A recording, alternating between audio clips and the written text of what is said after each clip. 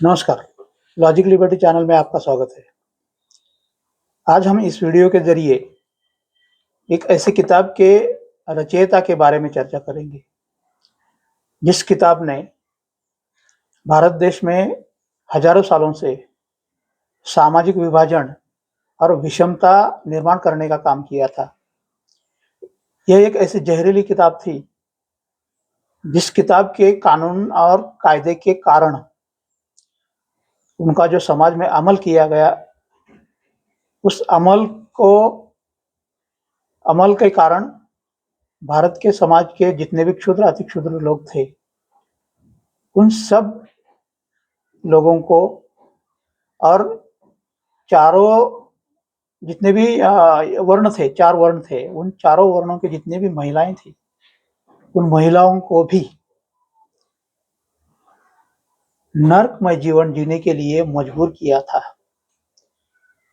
और इस किताब ने, जिस किताब का हम जिक्र कर रहे हैं, उस किताब ने भारतीय समाज को अपाहिज करने का काम किया था। उस किताब के जरिए जो वर्ण रचना निर्माण की गई थी, वह वर्ण रचना किसी भी रूप से एक समान नहीं थी।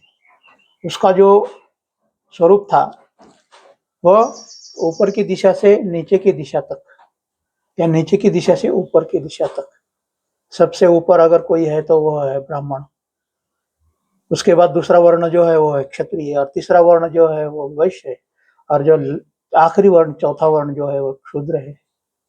और जो भी इस किताब का अमल करने वाले लोग थे, उन लोगों का कहना था कि हम सर्वश्रेष्ठ है, यानी हम वर्णों में से सर्वश्रेष्ठ वर्ण हमारा है, यानी ब्राह्मण वर्ण हमारा श्रेष्ठ वर्ण है। वो कहते थे कि हमारे नीचे जो वर्ण है वह है क्षत्रिय वर्ण, और उनके नीचे जो वर्ण है वह है वैश्य वर्ण, और उनके नीचे जो काम करेगा वह है शूद्र वर्ण। इस तरह से वर्णों की व्यवस्था भी समान नहीं थी, वह भी एक दूसरे को नीचे दिखाने की कोशिश में ही लगे थे। और वह एक ऐसी किताब थी, और इस किताब को विश्व के कई विद्वानों में से एक विद्वान जो थे, वो थे विश्वरत्न डॉक्टर बाबा साहब अम्बेडकर। और डॉक्टर बाबा साहब अम्बेडकर जी ने ऐसी जहरीली और विनाशकारी और समाज को हानि पहुंचाने वाली और कई लोगों को, समाज के कई अंगों को नरकमय यातना जीने के लिए मजबूर करने वाली इस किताब को आंदोलन के जरिए जाहिर रूप से इसका दहन किया था, जलाया था। और उस किताब का नाम है मनुस्मृति। मनुस्मृति ने जो भी समाज में जहर फैलाया था, वो बहुत ही दुखदायक था, पीड़ा देने वाला था। और ऐसे पीड़ा देने वाली किताब के जो लेखक थे, उस लेखक के बारे में इस किताब से डॉक्टर बाबा साहब अम्बेडकर कहते हैं कि उसका जो असली लेखक है वह मनु नहीं है, बल्कि कोई और है। मेरे पास है डॉक्टर बाबा साहब अम्बेडकर लिखित मूल रूप से किताब है, इंग्लिश में लिखी, revolution and counter revolution in ancient India. और उस किताब का मराठी में जो रूपांतरित भाषांतर है वो मेरे पास है, और इस किताब का नाम है प्राचीन भारतातील क्रांती आणि प्रतिक्रांती। और इस किताब में पेज नंबर 134 और 135 पे डॉक्टर बाबा साहब अम्बेडकर यह बताते हैं कि इस किताब का जो मूल लेखक है, असली लेखक है, वो कोई और है। देखिए, इसमें मराठी में कुछ जानकारी बाबा साहब अम्बेडकर जी ने दी है, मैं वह हिंदी में बताने की कोशिश करता हूँ। क्या लिखते हैं पहले देखेंगे। इसमें मेरे मन से कोई भी बात में यहाँ पे मैंने बताई नहीं है, मैं बता नहीं रहा हूँ। इस किताब में जो कुछ भी दिया है वही मैं आपको बता रहा हूँ। तो इसमें लिखते हैं बाबा साहब आंबेडकर, प्राचीन भारतीय इतिहासात मनूचे नाव अतिशय सन्माननीय अशा स्वरूपाचे होते आणि या संहितेला प्राचीन गौरव मिळवून देण्याकरिता मनूला या ग्रंथाचे लेखकपद बहाल करण्यात आले। ही संदेहाच्या पलीकडे लबाड लोकांची लबाडी होती। डॉक्टर बाबा साहब आम्बेडकर इस किताब के जरिए कहते हैं कि प्राचीन भारत में मनुस्मृति को बहुत ही सम्माननीय स्थान था और इस सम्माननीय स्थान की किताब को लेखक के रूप से जो जिसका नाम दिया गया था वह था मनु। और बाबा साहब आम्बेडकर कहते हैं कि मनु का जो नाम दिया था, यह जिन्होंने भी नाम दिया था उन लोगों की यह बहुत बड़ी लबाड़ी थी, बहुत बड़ी यह झूठापन था। तो बाबा साहब आगे क्या कहते हैं, देखो बाबा साहब आगे कहते हैं, ज्या प्रकारची प्राचीन प्रथा होती त्याप्रमाणे या संहितेला भृगूच्या वंशाच्या नावाने जोडण्यात आले। ही रचना वास्तविकपणे भृगूने रचलेली आहे व तिचे मूळ नाव मनुची धर्मसंहिता असे आहे। बाबा साहब कहते हैं कि इसका जो मूल रचयिता है मनुस्मृति का, वह भृगु फैमिली से बिलोंग करता है और उस किताब में जितने भी श्लोक है उन श्लोकों के आगे भृगु ऐसा लिखा हुआ है। और उसका मूल जो नाम था उस किताब का वह था मनुची धर्म संहिता, मनु की धर्म संहिता। और आगे भी कुछ कहते बाबा साहब, देखो भृगूने संपादित केलेले मनुचे धर्मशास्त्र हे या पुस्तकाचे खरे नाव। और इस किताब का असली नाम था भृगु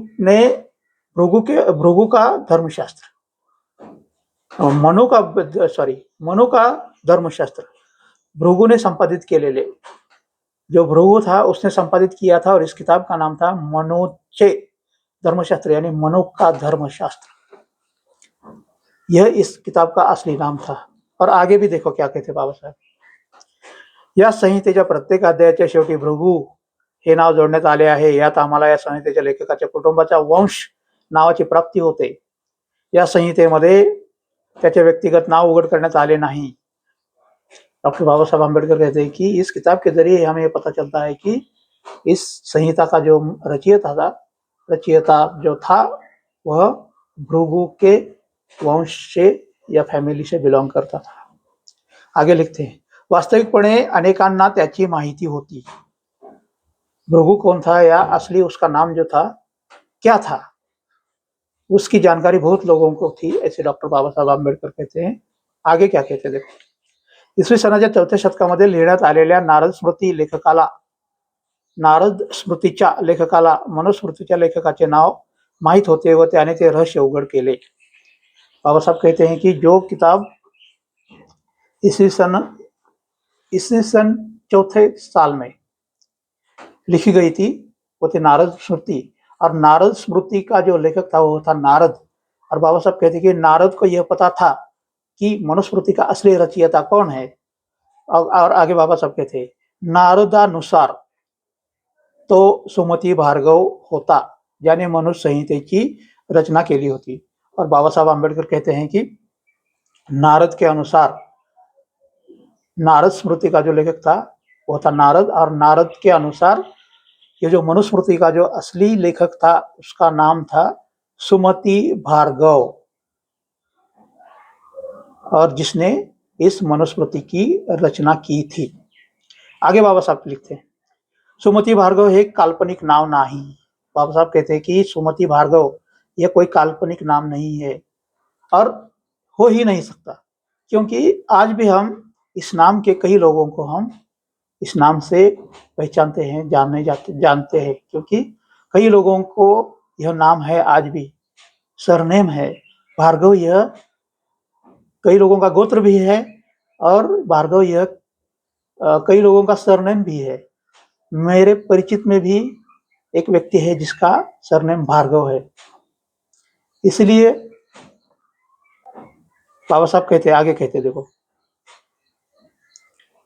सुमती भार्गव हे काल्पनिक नाव नाही, हा निश्चितपणे एक ऐतिहासिक व्यक्ती असला पाहिजे। याचे कारण हे आहे की मनुस्मृतीचा प्रसिद्ध व्याख्याकार मेधातिथे याची अशी मान्यता होती कि मनु हा निश्चितपणे एक व्यक्ति है। और बाबा साहब आगे कहते हैं कि सिर्फ ये मैं ही नहीं कह रहा हूं बल्कि उस टाइम के कई लोग भी कहते हैं, जैसे नारद भी कहते थे। नारद ने बताया था कि मनुस्मृति का लेखक सुमति भार्गव था।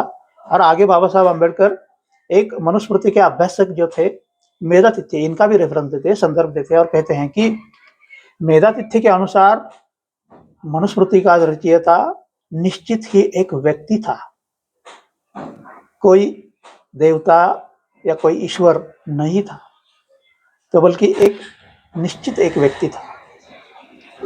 बाबासाहेब आगे लिखते हैं, अशा प्रकारे मनू हे नाव सुमती भार्गवचे तात्पुरते गृहीत धरलेले असले पाहिजे